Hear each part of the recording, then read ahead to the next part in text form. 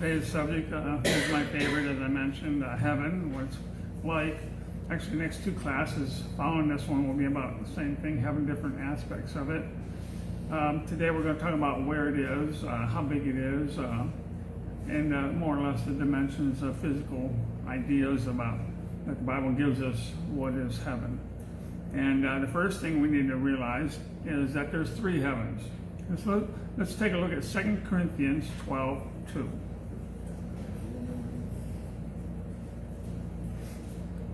Second Corinthians 12:2 mentions three heavens.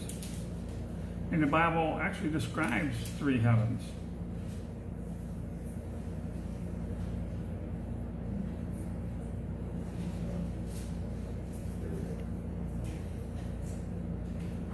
And you commanded in Christ about 14 years ago, whether in the body I cannot tell, or whether out of the body I cannot tell, God knoweth such time one, out of the third heaven.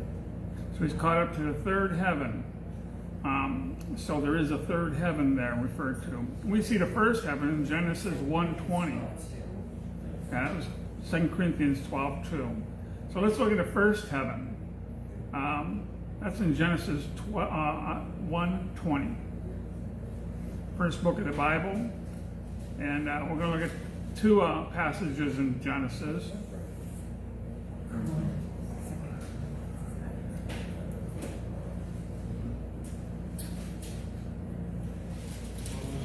Genesis 1:20.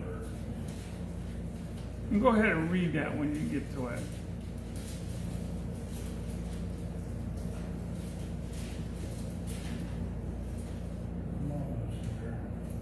First book of the Bible, first chapter of the book. 20th verse. Then God said, let the waters swarm with fish and other life. Let the skies be filled with birds of every kind. Okay, that's a New International Version. Somebody have the King James Version? Let's read that. A little more accurate. And God said, let the waters bring forth abundantly moving creatures that have life, and clothes that fly above the earth, and the ocean fragment of heaven. Okay, so that was referred to as heaven, first heaven. It's the sky. That's what the New International brought out. But to be consistent in word studies, the King James is way better and uses the same words over and over, including soul, where a lot of the translations refer to me, self stuff. And you missed the three-dimensional aspect of how we're built. But nevertheless, we'll go ahead and move on. That is the sky where the birds fly, the clouds are. And I've heard people say they're kind of thinking heaven's a boring place. You sit on a cloud all the time. And, that's it. Well, that's not it. That's not heaven at all. Not for what God's preparing for us. Let's go ahead and read in that same version. We'll read both versions. Same chapter, chapter 1, verses 14 through 18. Let's see if it uses the heaven here in that New International Version. And God said, Well, it does in King James. Go ahead and read the King James first. and God said, let there be lights in the firmament of the heaven to divide the day from the night. And let them be for signs and for seasons and for days and years. And let them be for lights in the firmament of the heaven to give light upon the earth. And it was so. Okay. Oh, seasons. So it's referred to as heaven multiple times there. That's where the stars are. That's where the moon is. That's where the sun is. And go ahead and read it out of the New International Version. See if they use heaven there. So then God said, let lights appear in the sky to separate the day from the night. Let them be signs to mark the seasons, days, and years. Let these lights in the sky shine down on earth. And Wow. that is what happened. That really puts that right with the sky, which is incorrect. That's not the sky. It's what we see in the sky when we look up. But technically, there's more dimensions to it than that. 62 miles up is where our atmosphere ends. And they declare that outer space beyond that. That's really, if you get beyond the moon, you're not in the sky. even though technically it could be seen as that way. So I don't know, the way the King James puts it, it does refer to it as heaven, the second heaven, which is correct, more accurate if you're doing a word study. Now, if you're just reading through, then yeah, it's the stars in the sky. From my perspective, it's all one-dimensional. The stars are no different than the clouds. You really don't see a difference in height. So it doesn't give you all those dimensions that you could learn from and be accurate with the third heaven. So that's the reason why I like the King James. It is better. As I also mentioned, I like the modern English translation, which also uses correct words in places like this, and I know of numerous other places where it is more accurate. But nevertheless, what we got here is the second heaven, and it's something we can't measure yet. It's planets and galaxies are way beyond our ability to see them with our most powerful telescopes that are running through space trying to see what's beyond what we've seen already. And it's unmeasurable and unimaginable. We're in one little galaxy, and there's so many galaxies beyond us. We're one little planet, and our planet is surrounded by the first heaven. Well, that first heaven is surrounded by the second heaven, and the second heaven is huge. I've heard one person say that heaven, as God is, preparing a place for us, is a planet way out far away. Well, that's not accurate either. Heaven is not a planet as we know in this second heaven. There is a third heaven, and that's where God was, and that's referred to in 2 Corinthians 12:2 as we read.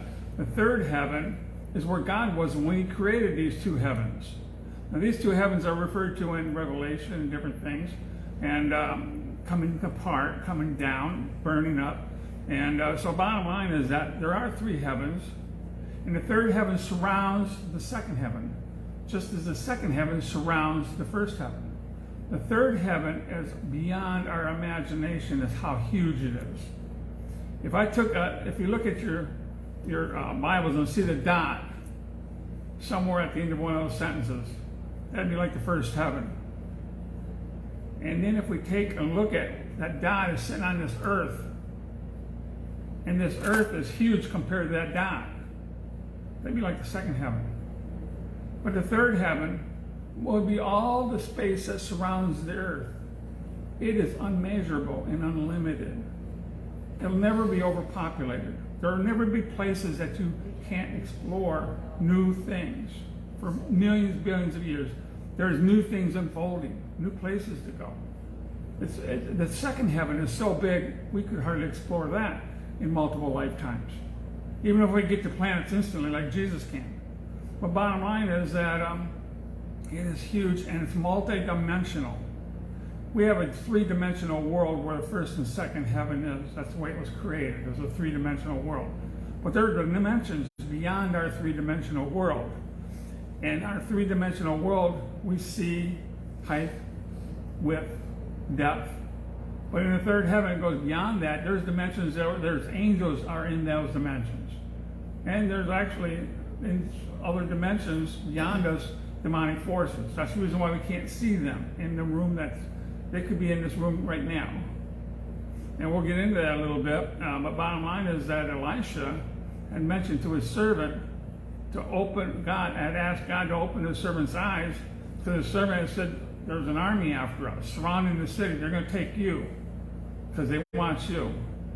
Because you're telling their king, where they're going. He's prophesying to the king how to stay away from this Syrian king who wants to attack them. So they want to attack Elijah, capture him. And Elisha says to his servant, there's more with us than is against us. And his servant was baffled, because you got a huge army surrounding the city. And he said, open his eyes. And he's seen into that other dimension. And he's seen angels. The hills are just full of angels. And then they transformed the situation, and Elijah captured that army and brought that army into their capital city as captives. And they didn't even realize it until their eyes were open. They were blinded and misunderstanding the situation. And so basically, and then the king let him go. But bottom line is that there are dimensions beyond our three-dimensional world. That's where the third heaven is. It surrounds this first and second heaven, both in space and in dimensions. And so that helps us to understand different things, how it's so big around us, and different things. But anyhow, just focusing on the first and second heaven, let's take a look at 2 Peter 3, 5 through 7. So the bottom line is that the third heaven is huge. It has a capital city, which has dimensions we're going to get into today. It has a size. And there's things that are going to happen in this third heaven. In this first and second heaven, there's things that's going to happen right here at the end of this world, basically. And that's what we're going to look at to start with. What happens to this first and second heaven? 2 Peter 3, 5 through 7. Go ahead and read that. For they willingly are that by the word of God, the heavens were of old and earth standing out of water and in water, whereby the world that then was being overflowed with water perished. But the heavens and the earth, which are now by the same word are kept in store, reserved unto fire against the day of judgment and prediction of ungodly men. Okay, so I like that it's consistent with the word of heaven. I don't know if the New International uses the word heaven in that area or not. Does it say anything about heaven there in the New International? Go ahead and read that in the New International, and then we won't compare them any further. 2 Peter 3, 5 through 7. How's the New International put that? Go ahead, anyone here. By his divine power, God has given us everything we need for living godly life. Now, are you reading 2 Peter 3? 3, 5, and 7? Yes, okay, go ahead. So I'll start over on 2 Peter 3. By his divine power, God has given us everything we need for living a godly life. We have received all of this by coming to know him, the one who called us to himself by means of his marvelous glory and excellence. That doesn't sound right at all, even though it's a different translation. You got 2 Peter? Is that 2 Peter? 2 Peter 3. Or you're reading 1 Peter? Yeah, 2 Peter 3. I'm sorry. I mean, that's a good verse, but it really doesn't fit what we're talking about right here. Yeah, God has enabled us to do right, and that's a blessing. But we're talking about this world right now, and it's not doing right. 2 Peter 3, 5 through 7. Okay, sorry about that. That's no problem. They deliberately forget that God made the heavens long ago by the word of his command, and he brought the earth out from the water and surrounded it with water. That's 3 more.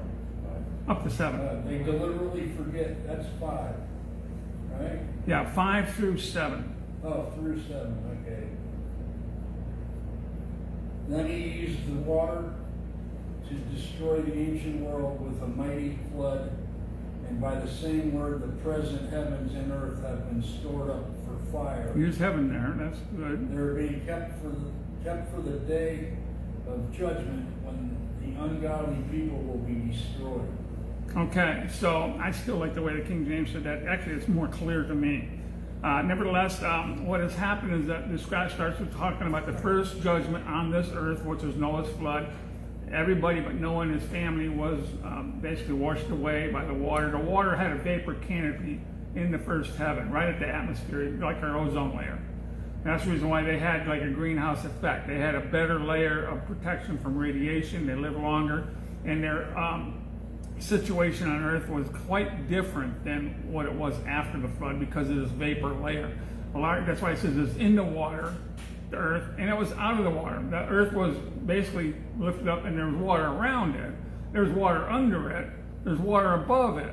Well, this water came crashing down. The water came geysering up, and a flood went up over the mountains. Mount Ararat was covered with water. The earth was covered with water. There's actually, all the way around the planet, you can see evidence of that. You can see a Creation Museum in different places actually illustrates a lot of those evidences of it. And most cultures actually talking about a great flood in different forms. So it's a reality that the earth was destroyed and changed. Mountains were changed, the landscapes were changed. The oceans actually became huger because all the water that came down. And nevertheless, what happened is that Mount Ararat finally receded some. Noah's Ark is said to be found there. You can actually see information on that, where they discovered it and walked on a couple people and different things. Hard to get to, and it changes a lot. Nevertheless, that was the first judgment with water. And then the second judgment is by fire. We know that the hell is in the center of the earth, and it's described as hellfire. Nevertheless, there's all kinds of things in the comets and all that kind of stuff. When they get to the earth, they're fiery. Breaking into our atmosphere, things get fiery. Even it describes, we won't even get into some of the things where sometimes angels come through chariots and fire. Nevertheless, bottom line is we know rockets happen to do that, and they have fire as they enter our atmosphere. And what's going to happen at this last judgment is fire is going to come crashing down. Fire has been called down more than once. It's called down in the millennium we went into last week. But this time it's called down to destroy the earth. It's after the people have all rebelled, and the earth is actually at its end of its usefulness, and hell is going to explode out of the earth. Basically, it's going to be not like a small volcano situation, but like the whole earth is going to turn into this fireball, exploding out, coming crashing down. And we see that in 2 Peter. Let's look a couple more verses down, 9 through 13. But it's temporary. The earth is always going to be a part of heaven. But this is another purifying situation, which is going to completely refine and destroy everything that's contaminated and contaminating that. The Lord is not slack concerning his promise, as some men count slackness, but is longsuffering to us all, not willing that any should perish, but that all should come to repentance. That was 9 through 13. But the day of the Lord will come as a thief in the night, in the which the heavens shall pass away with a great noise, and the elements shall melt with fervent heat. The earth also and the works that are therein shall be burned up. Seeing then that all these things shall be dissolved, what manner of persons ought ye to be in all holy conversation and godliness, looking for and hasting unto the coming of the day of God, wherein the heavens being on fire shall be dissolved, and the elements shall melt with fervent heat. Nevertheless, we, according to his promise, look for new heavens and a new earth, wherein dwelleth righteousness. Now, see, King James is so good about those words. Heavens, plural heavens. So why is it talking about plural heavens? It's not just the earth. It's the galaxy that we're in. Possibly the whole second heaven. So basically this first and second heavens are going to be melting, as it says, with fervent heat. And they're going to burn up all the sinfulness. I mean, we're getting beyond our earth as it is now. And as we've learned in earlier classes, we have quite a while before this happens. So it's hard to say. We may actually go to Mars. People are actually headed that way and different things.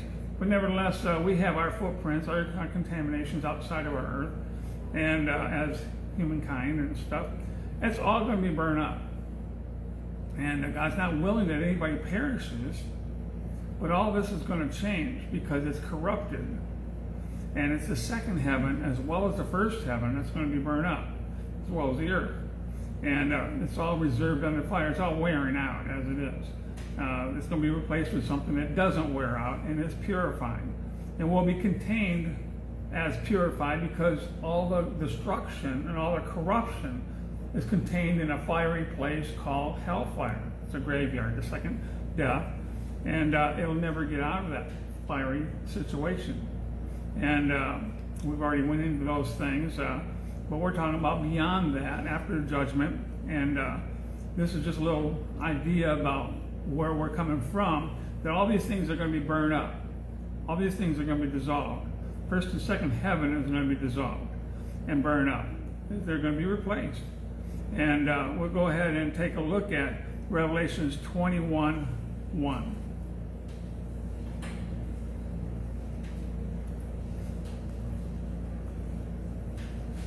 So what I kind of like about the King James, it uses a plural on that, which really gives you a clue to being consistent in word studies. We're not just talking about the sky and the earth here. It actually includes the stars, the moon. Then I saw a new heaven and a new earth, for the first heaven and the first earth had passed away, and there was no longer any sea. Okay, let's read that in King James.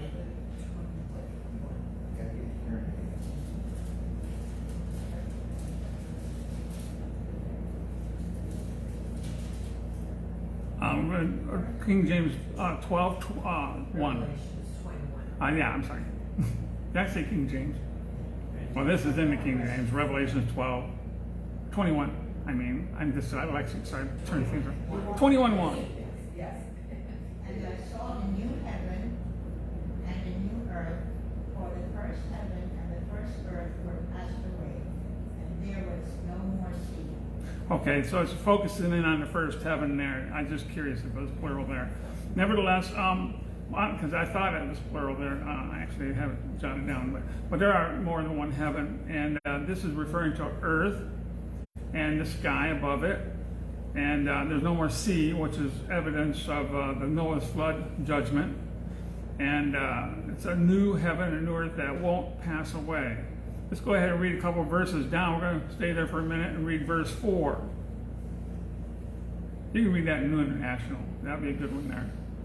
And God shall wipe away all tears from their eyes, and there shall be no more death, neither sorrow nor crying, neither shall there be any more pain, for the former things are passed away. Okay, that was King James again. That's a good verse, easy to see and understand.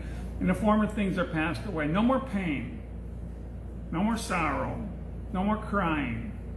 The tears are going to be blotted out, as far as dried up and stuff. There's going to be pain at Judgment Day. I mean, there's going to be losses of rewards, losses of, maybe people didn't make it to heaven. We're going to grieve off those people. We should be concerned for those people now, because we may be the difference of them getting to heaven. First thing we need to do is pray for those people, because God can touch their heart and continue to touch their heart. That's what happened to Saul. People were praying for him, and that finally touched his heart in such a way that his eyes were opened as he was going the wrong way. He was fighting against God, and he changed. We need to be a witness. Sometimes our strongest witness is our prayers and our love for somebody and our consistent acting out what is good before them. And occasionally a word saying, I really don't want to see you. I want to see you go to heaven. I really don't want to see you go to hell. You might not mention hell so much because people get turned off by that. Oh, there's no hell, some people say. Or you think I'm going to hell, I'm a good person. And you could argue that if they're open to that. And so nobody's perfect though. Heaven's perfect.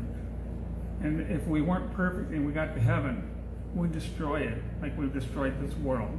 So there's got to be transformation. That's what a born-again experience does.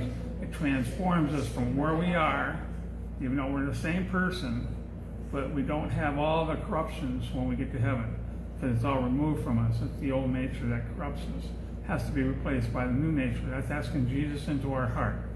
They have to have the new nature, which is the Spirit of Jesus that he was baptized with, and comes and he sends in his name, comes into our heart. That's what makes all the difference on whether or not we're going to have a destiny. That's what makes us a child of God, is having his Spirit in our heart, no matter how we act. And once that's done, then we're going to heaven. And so there's no more pain and no more sorrow there. And let's take a look at Isaiah 65:17. I have a question. Yes. This is going to be after the second judgment, This is after the second judgment. and we're going to be in heaven. We're in heaven. The way it kind of works is the whole progression is that the rapture happens, Great Tribulation happens. Out of the Great Tribulation, Jesus comes back at the end. Some of the people had their names written in the Lamb's Book of Life and didn't take the mark of the beast and come out of the Great Tribulation and enter the millennium for Jesus' millennial reign for 1,000 years. Those that did receive the mark of the beast will be judged at that time when Jesus comes back and they'll go to hell, center of the earth, waiting judgment at the last judgment. After the 1,000 years ends, Satan is set free to give these people that were born during this time, because they're natural people, go into the millennium and have families and kids for 1,000 years, and nobody hardly dies. And at the end, there's a judgment seat, and that's their last judgment.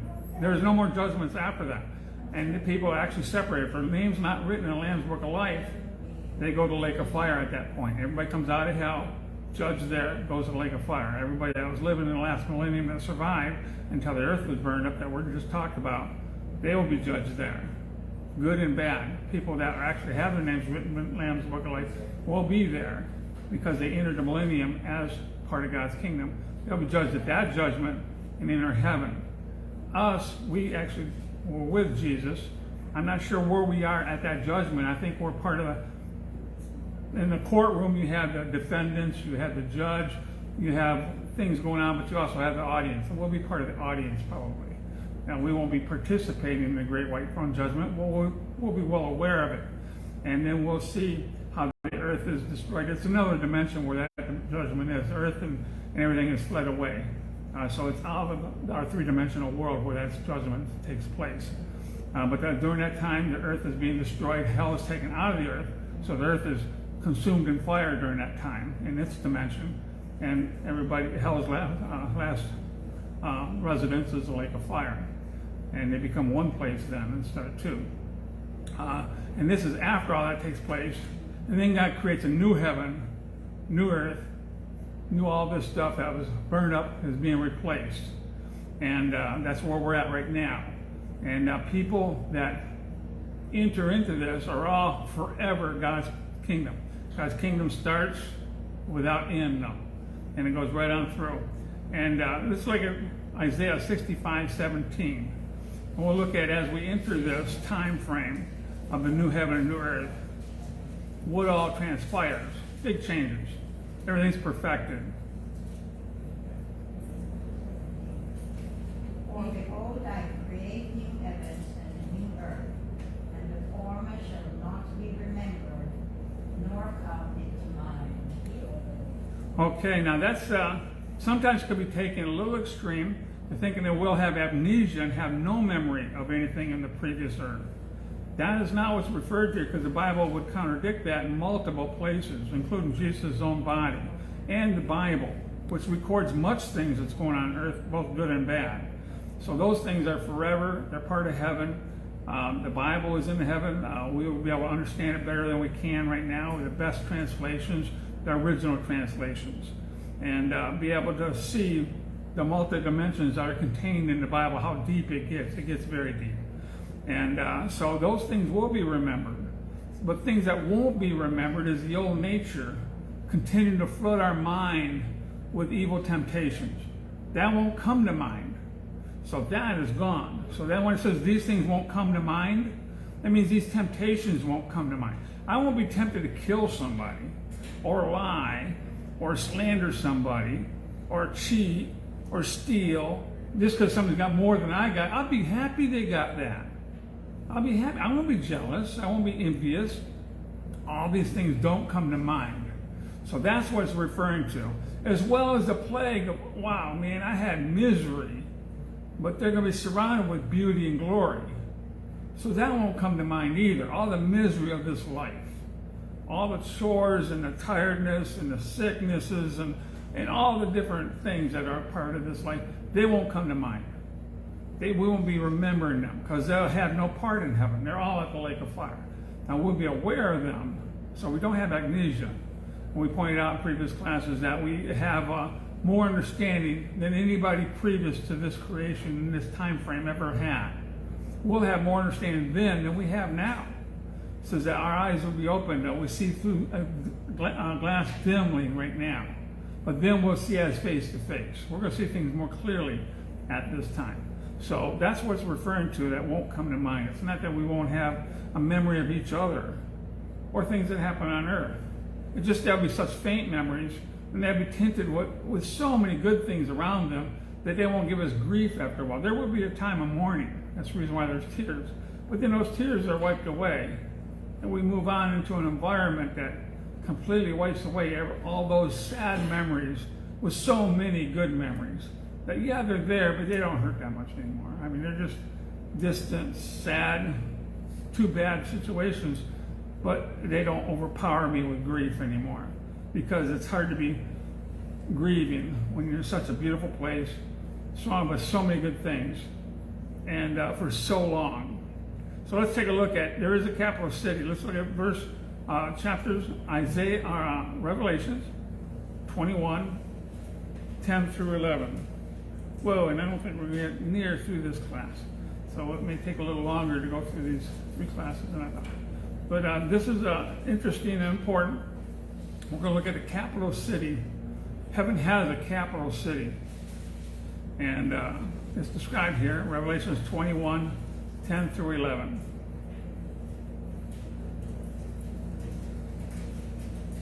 And he carried away in the spirit with great and high mountain, and showed me that great city, the holy Jerusalem, descending out of heaven from God, having the glory of God, and her light was like unto a stone, most precious, even like a jasper stone, clear as crystal.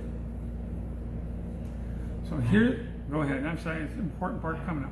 And had a wall great and high, and 12 gates. At the gates 12 angels, and the name written thereon, which are the names of 12 tribes of the children of Israel. Okay, so there's 12 gates to this walled city. And any question? Okay. And it's coming, it actually is coming to the earth from the third heaven. And we're coming to basically the earth in the first and second heaven area there. And can be seen from the earth. And it's described as a walled city with gates and as a jasper stone. We're going to get into that a little bit later. But a jasper stone has patterns. No 2 jasper stones are the same. It's a precious stone that on one side it may look like landscapes and beautiful colors and landscapes.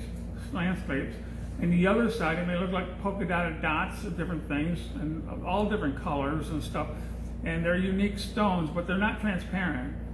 And it says it is transparent like a diamond.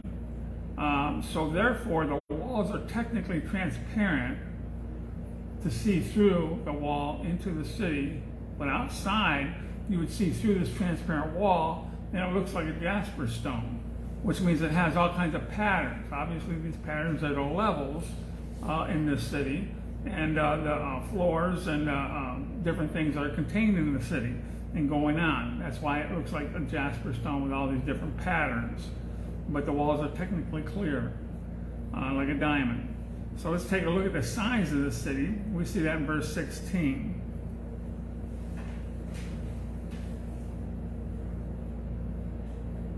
The city was laid out like a square, as long as it was wide. He measured the city with a rod and found it to be 12,000 stadia Cubits? in length, and as wide and high as it is long. Okay, now there's an old English term used there as a cubic. I'm not sure what that term was that they used in that version, but what it works out to, and everybody agrees upon it, is it's 1,400 to 1,500 miles in our terms. That's how big it is. It's a square, basically. It's 1,500 miles. We're just going to use the word 1,500. It's a sort of roundish figure. It's 1,400 to 1,500 miles wide, 1,500 miles deep. It's also 1,500 miles tall. And that would be about as big as half the United States, to get you an idea how big 1,500 miles would be. So if we take half of the United States and squared it off, whether it's west or wherever, you would have the size of the foundation of this city. It's pretty big. It's huge. Let's take a look at verses 13 and 14, same chapter. We're going to be in that chapter a little bit. verses 13 and 14. On the east gate, on the east 3 gates, on the north 3 gates, on the south 3 gates, and on the west 3 gates. And the wall of the city had 12 foundations, and in them the names of 12 apostles of the Lamb. Okay, so it says it has 12 foundations. And this is a 1,500 mile tall city. Some people assume these 12 foundations are all one foundation with 12 materials. But that wouldn't be practical in a 1,500 mile city to start with. 12 foundations are 12 floors. And so you have the first foundation, as described. Second foundation will be above that. Third foundation. And then it keep going up until you got to the 12th foundation, which would be the top foundation. And so you have 12 floors here in this 15, which is practical if you got a 1,500 mile tall city. And the foundations could easily be more than 100 miles apart. So, because it's 1,500 miles tall. So if you added 100 miles between the foundation, first foundation and the second foundation, see, our sky is only 62 miles up from sea level. You'd already be in the second heaven, in the outer space, at 100 miles. So there's plenty of room on the first foundation before you get to the second foundation for skies, for mountains, for everything we would see and know here, and much more than what we see here. And so you have all that contained within the city 12 times. And on the top floor, that's where God is. That's where the white throne, his throne is. And that's a multi-dimensional place where the special activities happen there. But on the floors, all these floors below that is where we will live in this area, this capital city. God's preparing a place for us. Basically, this current space station is 220 miles up from sea level. That would only be on a tall mountain in the second foundation. So it's way beyond our satellite system, the city. It's huge. That's the reason why it doesn't sit on the earth. See, this city is like a satellite around the earth. There's multiple reasons for that, but it never sits on the earth. It comes to the earth. Then in a perfect position, it'll come to the earth and plant itself in orbit around the earth. And we'll see why and all that happens. He actually lights the earth because there's never night in the city. And it shines out from the city, the glory of God, and replaces the sun. So basically, if this was actually the size of the sun, if it was, I have it written in my book exactly. I don't have it right off the top of my head, the distance between the sun and the moon. They look like the same size because of their distances. But if the city was 1,500 miles away, if I remember right, it would be, well, no, it'd be more than that. Anyways, bottom line is it could look the size of the sun. It might be bigger than the sun if it's a little closer. But anyhow, the size is compared to how distant it is. So bottom line is that that's where the city's located. It's a walled city, multiple floors. Each floor has a different material. And we'll go ahead and take a look at this next verse. And let's look at verse 17. Same chapter? Same chapter, 21:17. He measured its wall, and it was 144 cubits thick by man's measurements, which the angel was using. So this crystal clear wall, in our terms, would be a little over half the thickness of a football field. If you went from the zero line, we're going to be watching football probably today, and you go where the goalposts are in that area, that's how thick the wall is. Thick walls, but they're transparent as glass. So the entrances, which is one entrance per level, there's 12 entrances. So to get in each level, you have to go through the entrance, the gate for that level. And there's 12 of them, and there's 3 on each side. So there's 4 sides. There's actually no mention of the roof. It mentions the walls, it mentions the square foundation. So, and I am a strong believer now. I used to think it was a cube, but it's not a cube. It's not described as a cube. The roof is not described. And the Bible often refers to it as a mountain. Which shapes are mountains? Well, they're triangular. And this city is triangular. All the walls will come together at the top, creating a cathedral ceiling on the top floor. So basically, as the square goes up, it'll come in and come together at the top with no roof. That's what I strongly believe the Bible indicates, because it's referred to as a mountain, Mount Zion, and many other references to it as a mountain. And so basically, it'll have the foundations, 12 of them in this cube, sort of like a pyramid, you might say, but it's not a pyramid, it's this capital city of God. And the devil's always trying to copy things that God has done. And I can refer to that over and over on his own kind of presentation of things that are eternal, things that God has done and doing and plans to do. And he always warps things out. And but nevertheless, this is accurate. It's 1,500 miles, but it's 1,500 miles tall. There's plenty of room. If I drove a car 60 miles an hour straight up, it'd take me an hour and a half to get to the next floor, basically.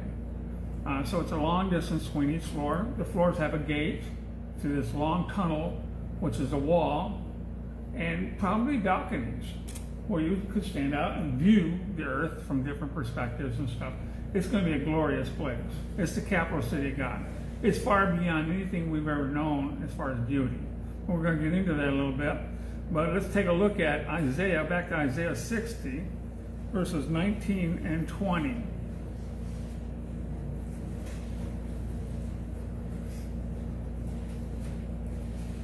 We each have a mansion on one of those floors that God is preparing for us. Our own place.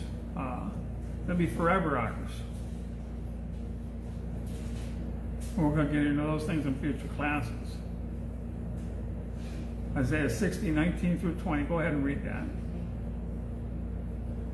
The sun will no more be your light by day, nor will be your brightness of the moon shine on you. For the Lord will be your everlasting light, and your God will be your glory. Your sun will never set again, and your moon will wane no more. The Lord will be your everlasting light, and your day of sorrow will end. Okay.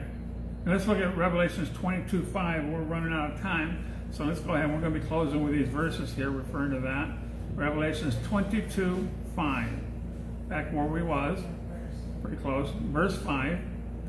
And Revelation 22:5. And there's a brightness in the city. There's no dark shadows. It is actually glowing with the glory of God. We don't need the sun for our light.